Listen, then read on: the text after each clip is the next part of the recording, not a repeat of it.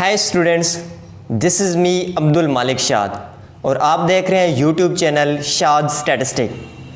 आज का हमारा लेक्चर आईकॉम पार्ट 2 के वो स्टूडेंट्स जिनका सब्जेक्ट है स्टैटिस्टिक। तो इस सब्जेक्ट को ब्रीफली डिफ़ाइन करने से पहले जो इसका पहला चैप्टर है उसका नाम है व्हाट इज़ स्टैटिस्टिक। तो ये लफ्ज़ जो हमारे सामने आता है, एक जो हमारे सब्जेक्ट का भी नाम है स्टैटिस्टिक, इसको ब्रीफली डिफ़ाइन करने से पहले इस एक टर्म इस्तेमाल होती है डेटा। तो सबसे पहले हम इस डेटा को डिफ़ाइन करेंगे कि डेटा क्या चीज़ है। डेटा की इंग्लिश में डेफिनेशन कि numerical value collected from any field of inquiry, collection of numerical value from any field of inquiry, कि न्यूमेरिकल वैल्यू की कलेक्शन, कि जो भी आपके पास न्यूमेरिकल वैल्यू हैं वो आप अगर उनको इकट्ठा करते हैं अपनी इंफॉर्मेशन के लिए किसी भी फील्ड से, तो इसको कहते हैं डेटा। अब फॉर एग्जांपल एक स्टूडेंट को कहा जाता है कि आप अपनी क्लास में जाएं और जो स्टूडेंट एब्सेंट थे कल उनका डेटा आप लेकर आएँ। अगर वो जाता है क्लास में जाके चेक करता है कि कल कौन कौन से स्टूडेंट्स एब्सेंट थे, तो ये डेटा जब ऑफिस में जमा कराएगा तो ये जो उसने इंफॉर्मेशन ली है क्लास में जाके, तो इसको हम डेटा कहेंगे। हमारे पास क्लासरूम्स में रजिस्टर हाज़िरी जो होती है, अटेंडेंस जो परफॉर्मा होता है स्टूडेंट्स का, तो ये भी एक हमारे पास डेटा की फॉर्म होती है। ये सिंपल मिसाल थी। अब इसके बाद हम देखते हैं डेटा की आगे टाइप्स हैं। इन टाइप्स को डिस्कस करने से पहले हम स्टैटिस्टिक की डेफिनेशन को डिस्क्राइब कर लेते हैं कि स्टैटिस्टिक क्या चीज़ है। The branch of science in which we deal with collection, presentation and analysis of the data। Statistic की डेफिनेशन में 3 चीज़ें हैं जिनको याद रखना आसानी होगी डेफिनेशन याद करने में। दोबारा डेफिनेशन को पढ़ रहा हूँ। The branch of statistic in which we deal with collection, presentation and analysis of the data. सबसे पहली चीज़ है कलेक्शन, कि आपने डेटे को इकट्ठा कैसे करना है। डेटे की जो कलेक्शन है ये पहला स्टेप है स्टैटिस्टिक में। उसके बाद आ जाता है प्रेजेंटेशन। प्रेजेंटेशन का मतलब ये है कि जो डेटा आपने किसी भी फील्ड से, जो इन्फॉर्मेशन आपने किसी भी फील्ड से हासिल की है उसको आपने जाहिर करना है। आपने उसको कॉपी पे रिप्रेजेंट कर देना है, किसी पेज पे, किसी वाइट बोर्ड पे, या ग्राफ की सूरत में, टेबल की सूरत में, या वैसे आप न्यूमेरिकली तौर पे उसको रिप्रेजेंट कर देते हैं, जाहिर कर देते हैं। ये दूसरा स्टेप है। और उसके बाद आता है analysis of the data. Analysis का मतलब ये है तज्जिया करना। तज्जिया करने का मतलब ये है कि जब आप डेटा रिप्रेजेंट करते हैं, रिप्रेजेंट करने के बाद आप डेटे के बारे में बहुत कुछ तज्जिया कर सकते हैं। फॉर एग्जांपल 3 स्टूडेंट हैं क्लास के, उन 3 स्टूडेंट को भेजा जाता है कि आप अपने एरिया से उन स्टूडेंट का डेटा लेकर आएँ जो कि इंटर के स्टूडेंट हैं, जो आईकॉम पार्ट 2 के स्टूडेंट हैं। एक स्टूडेंट अपने एरिया में जाएगा, दूसरा स्टूडेंट अपने एरिया में जाएगा, तीसरा स्टूडेंट अपने एरिया में जाएगा। वो मुख्तलिफ एरिया से आने वाले 3 स्टूडेंट हैं। अब वो 3 स्टूडेंट जब पहली मर्तबा डेटा लेकर आएंगे, ये पहला स्टेप हो गया कलेक्शन ऑफ द डेटा। डेटे को कलेक्ट करके लाएंगे। उसके बाद जब अपने टीचर के सामने डेटे को प्रोवाइड करेंगे, जो टीचर होगा वो तीनों के जो डेटे के पेज होंगे वो अपने सामने रखेगा। सामने रखने के बाद ये जो प्रोसेस अपने सामने रख रहा है, तो इसको कहते हैं रिप्रेजेंट द डेटा, कि डेटे को रिप्रेजेंट करना, जाहिर करना। उसके बाद अब टीचर ये डिसाइड कर सकता है, जब डेटे को रिप्रेजेंट कर लेगा उसके बाद एक टीचर डिसाइड कर सकता है कि किस स्टूडेंट के एरिया में कितने स्टूडेंट हैं, या इस स्टूडेंट के एरिया में इतने स्टूडेंट हैं तो क्या दूसरे की निस्बत कम हैं इस एरिया में या ज़्यादा हैं, ये आपस का जो रिलेशन है, तीनों स्टूडेंट के जो एरिया थे वहाँ पे आईकॉम पार्ट 2 के स्टूडेंट की जो रेशो है, ये उनका तनासब जो है कि कितने स्टूडेंट कहाँ ज़्यादा कहाँ कम या कहाँ दरमियाने पाए जाते हैं। तो ये हमारे पास है एनालिसिस ऑफ द डाटा, कि डाटे का हमने एनालिसिस किया, तज्जिया करने के बाद हम ये डिसाइड कर सकते हैं कि स्टूडेंट ए था और स्टूडेंट बी या स्टूडेंट सी, इन तीनों स्टूडेंट के किस एरिया में आईकॉम पार्ट 2 के स्टूडेंट की तादाद ज़्यादा है।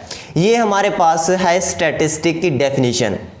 3 स्टेप हैं, दोबारा बता रहा हूँ कि collection of the data, presentation of the data and analysis of the data. 3 step हैं हमारे पास स्टैटिस्टिक की डेफिनेशन में। अब हम वहाँ से कहानी दोबारा स्टार्ट करते हैं कि जहाँ पे हमने छोड़ी थी कहानी, डाटा की definition. Collection of numerical value from any field of inquiry. Numerical value किसी भी फील्ड से हासिल करना, इस न्यूमेरिकल वैल्यू को हम डाटा का नाम देते हैं। आगे डाटा की हमारे पास 2 टाइप हैं।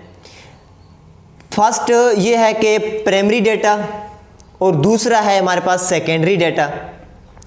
अब प्राइमरी डाटा क्या, जो लफ्ज़ हमने इस्तेमाल किया है डाटा का, तो डाटा की आगे 2 टाइप्स हैं। सबसे पहली प्राइमरी डाटा और दूसरी हमारे पास है सेकेंडरी डाटा। अब प्राइमरी डाटा क्या चीज़ है कि first time collected data is called primary data, कि पहली मर्तबा जो डाटा हम कलेक्ट करते हैं उसको प्राइमरी डाटा कहते हैं। First time collected data is called primary data. उसके बाद दूसरा हमारे पास आ जाता है कि सेकेंडरी डाटा।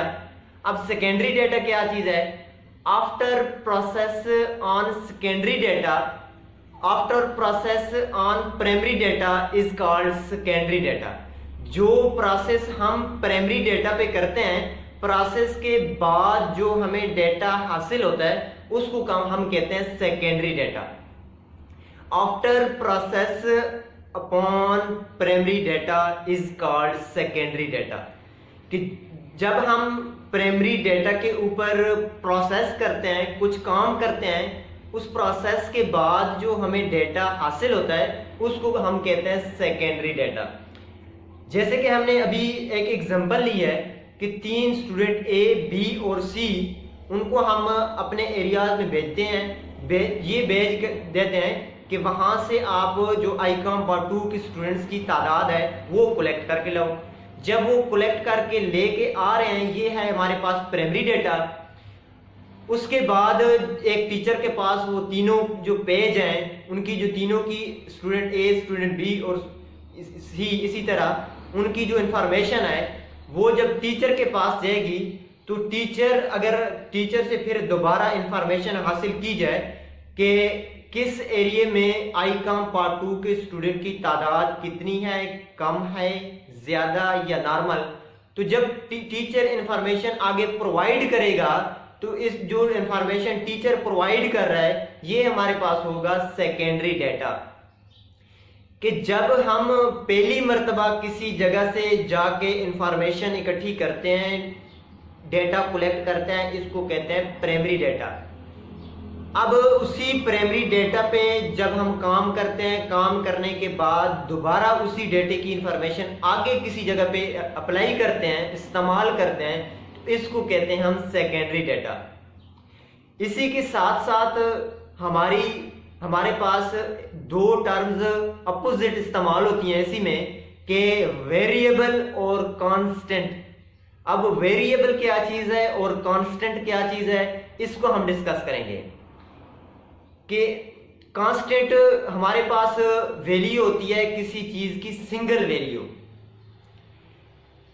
अब ये देखें कि जो पाई है हमारे पास, पाई की वैल्यू हमारे पास चेंज नहीं होती।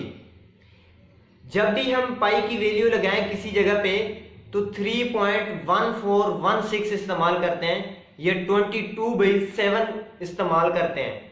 तो ये कभी ना चेंज होने वाली वैल्यू है इसी तरह ग्रेविटेशनल फोर्स हमारे पास G की वैल्यू जो है 9.8 और इसी तरह हमारे पास E की वैल्यू है। ये जितने भी हमारे पास वैल्यूज है इसी तरह इनको कहते हैं कांस्टेंट। उसके बाद आ जाता है हमारे पास वेरिएबल। अब वेरिएबल क्या चीज है? वेरिएबल, वेरी का मतलब होता है तब्दील हो जाना, एबल कहते हैं काबिल, तब्दील होने के काबिल, ऐसी क्वांटिटी जो तब्दील हो सके। ए quantity which have only one value is called constant. ऐसी क्वांटिटी जिसकी सिर्फ और सिर्फ एक ही वैल्यू हमारे पास आ सकती है, एक ही वैल्यू होती है, उसको हम कहते हैं constant. A quantity which have only one value is called constant. जैसे कि हमने पाई, जी और ई की एग्जांपल दी है। इसी तरह फॉर एग्जांपल ये क्वांटिटी तो नहीं है, लेकिन आपकी याद दहानी के लिए आपको एक कंसेप्ट दे रहा हूं कि एक फर्द से आप नाम पूछते हैं तो क्या वो नाम आपको क्या बताएगा? बचपन से लेकर मरने तक वही बताएगा जो उसका अपना नाम है।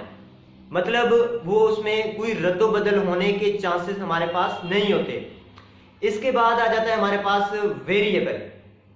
ए quantity which have more than one value. ऐसी क्वांटिटी जिसमें हमारे पास एक से ज्यादा वैल्यू आ सकती हो, इसको हम कहते हैं वेरिएबल। कांस्टेंट की डेफिनेशन क्या है? ए quantity which have only one value, और इसमें क्या चीज है वेरिएबल में? ए quantity which have more than one value is called variable. अब वेरिएबल क्या चीज है? दिन का टेम्परेचर, ये क्वांटिटी है, ये चेंज होती रहती है, कभी कम हो जाता है टेम्परेचर, कभी ज्यादा हो जाता है। किसी स्टूडेंट का जो वेट है, किसी स्टूडेंट का जो वजन है, ये भी हमारे पास वेरिएबल है। ए quantity which have more than one value, एक से ज्यादा वैल्यू उसकी आ सकती है। अब उसी स्टूडेंट से जिससे आपने नाम पूछा है, वो नाम आपको एक ही बताएगा, लेकिन आज उससे अगर एज की बात की जाए, वजन की बात की जाए, अब एज पूछते हैं, एक साल पहले कुछ और एज बताएगा, एक साल बाद कुछ और एज बताएगा, आज कुछ और एज बता रहा है। ये आपको वैसे कंसेप्ट दे रहा हूं, ये क्वांटिटी नहीं है। अब इसकी एग्जांपल ये है कि हमारे पास स्टूडेंट्स का वेट हो गया, वजन, इसके बाद स्टूडेंट की हाइट ये हो गई, इसके साथ डेली का टेम्परेचर जो है, ये हमारे पास वेरिएबल क्वांटिटीज आ जाती हैं। अब उसके बाद अब जो कांस्टेंट है, इसकी आगे टाइप्स नहीं है हमारे पास। कांस्टेंट सिर्फ सिंगल वैल्यू को कहते हैं। जो हमारे पास टर्म आ रही है वेरिएबल, इस वेरिएबल की आगे टाइप्स हैं। एक है कॉन्टिन्यूस वेरिएबल और एक है डिस्क्रीट वेरिएबल। अब वेरिएबल की टाइप से में हमारे पास जो कॉन्टिन्यूस है या इसके साथ हमारे पास डिस्क्रीट वेरिएबल है, तो इसको हम देखते हैं कि डिस्क्रीट क्या चीज है और कॉन्टिन्यूस क्या चीज है। A variable is said to be discrete if it can take only integer value is called discrete variable। ऐसा वेरिएबल जिसकी वैल्यू सिर्फ और सिर्फ हम इंटीजर वैल्यू ले सकते हैं। इंटीजर का मतलब 1 2 3 4 5 अप टू सो ऑन, मतलब अशारिया में नहीं ले सकते, सिर्फ इंटीजर वैल्यू ले सकते हैं। इसको कहते हैं discrete variable. A variable is said to be discrete if it take only integer value is called discrete variable. अब ये देखें कि number of student in a class, एक क्लास में स्टूडेंट्स की तादाद। अब क्या ये इशारिया में बता सकते हैं कि एक क्लास में 10.5 स्टूडेंट्स बैठे हैं, या ये बता सकते हैं कि एक क्लासरूम में जो चेयर्स की तादाद है वो 5.8 है। तो इस किस्म के जो हमारे पास वेरिएबल हैं, इसको हम कहते हैं डिस्क्रीट वेरिएबल, जिसको हम इशारिया में नहीं लिख सकते, सिर्फ और सिर्फ इंटीजर वैल्यू में लिख सकते हैं। तो ये हमारे पास आ जाता है डिस्क्रीट वेरिएबल। उसके बाद आ जाता है हमारे पास कॉन्टिन्यूस वेरिएबल। इस डिस्क्रीट के अपोजिट है। A variable is said to be continuous if it can take any value within a given range.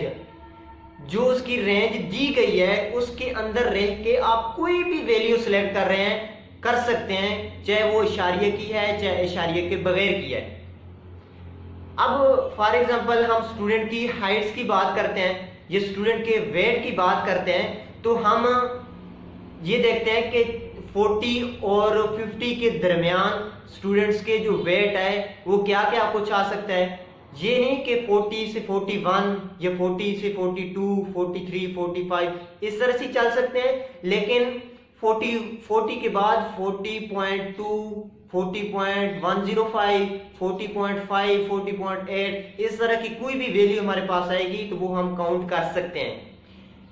Continuous variable में इशारिया की तमाम वैल्यू आ सकती हैं, इंटीजर वैल्यू भी आ सकती हैं, मतलब बगैर इशारिया वाली रकम हमारे पास आ सकती है। लेकिन जो डिस्क्रीट वेरिएबल है इसमें सिर्फ और सिर्फ इंटीजर वैल्यू आ सकती हैं, इशारिया की कोई टर्म्स हम इस्तेमाल नहीं कर सकते।